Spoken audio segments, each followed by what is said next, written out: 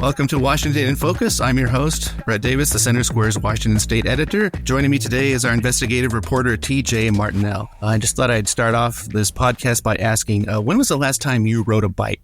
It's been a while. I was thinking about this the other day. I can't remember the last time I actually rode a bike. I mean, I'm an adult, so I don't ride bikes a lot. Not that adults can't ride bikes. It's been even longer since I owned a bike. Right.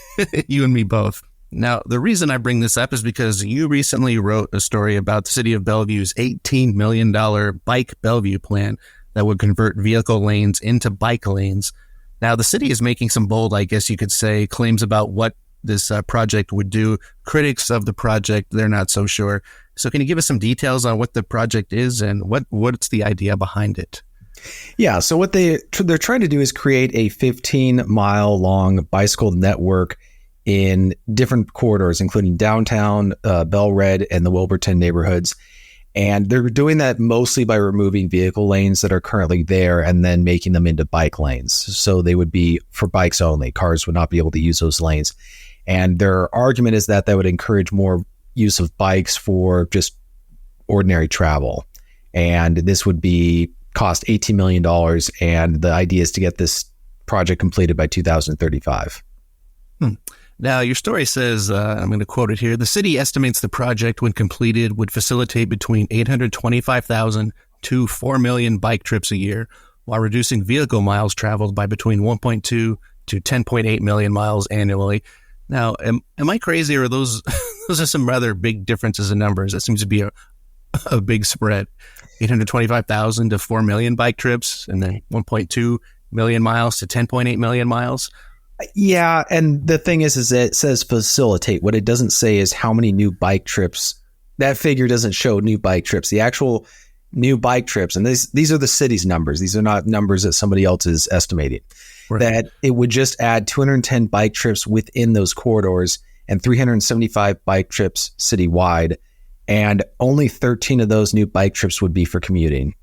So I understand that Maria Frost, she's the Kemper Development Transportation Director. She had some criticisms of the plan. What did she have to say about this and what looks to be the city's, maybe rosy projections about what this project will do? Well, she's got a couple of criticisms, and one of them is that you don't remove vehicle lanes for bikes because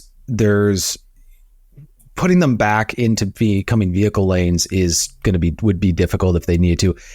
One thing that didn't really get mentioned in the story, but is worth pointing out, is that the position of the bike lanes, they're not going to be on the side of the road, on the left and right, near the sidewalks. Right. They're going to be straddling two different vehicle lanes in some cases. So you have bikes that are between two vehicles, and then you might have a bike lane that's on the far edge. Well, what happens when a car needs to turn right and there's a cyclist there, or you need to turn right and you're going to turn right and there's a cyclist coming from behind that you can't see? Or I was just going to say, that seems really unsafe. Yes. And what's interesting is the city is claiming that this is going to improve bike safety as opposed to having like completely separate lanes where they're not interacting with vehicles. Now, how you would do that, I don't know. But again, we're talking about a couple hundred extra bike trips as part of this project. So as far as a timeline goes, where is the city at with this project? They're currently just discussing it. They're actually accepting public comment and feedback on the proposed designs through November 15th.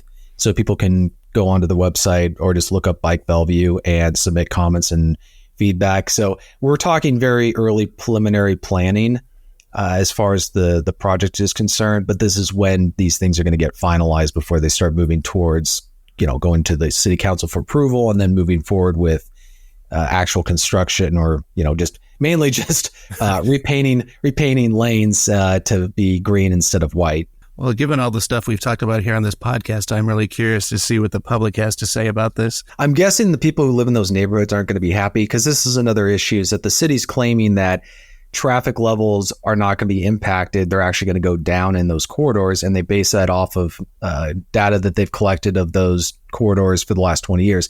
Now, Maria Frost is pointing out that they're comparing the averages of both directions during the same part of the day. So during the morning, one lane or one direction is going to have a lot of traffic. The other side is not, because people are going to work. And then in the afternoon, they're heading back home. So the traffic volume levels are going to be different depending on which direction. And they're not, according to Frost, they're not calculating traffic levels based off of that. What they're doing is they're taking the average of two at the exact same time and then claiming that the traffic levels aren't changing or are actually going to go down. Sounds like something of an apples to oranges comparison. It's not, for example, that's not how they did things with the 405 corridor when they were trying to track vehicle volume levels during the, when they first put the tolling lanes in, the HOV lanes that were for tolling. They were looking at how much the traffic levels were going up depending on what direction and at what time of the day, because northbound 405 is going to have different traffic levels at 9 a.m. in the morning than it is going to have at, say, 5 p.m. And likewise, southbound 405 is going to have different traffic levels at those same times. So they're looking at them separately rather than together. I see. Well, I imagine this will be a grist for more future stories. Indeed. I'm curious to see how this plays out. Keep up with this story and more at thecentersquare.com. For TJ Martinell, this is Brett Davis. Please subscribe and thanks for listening.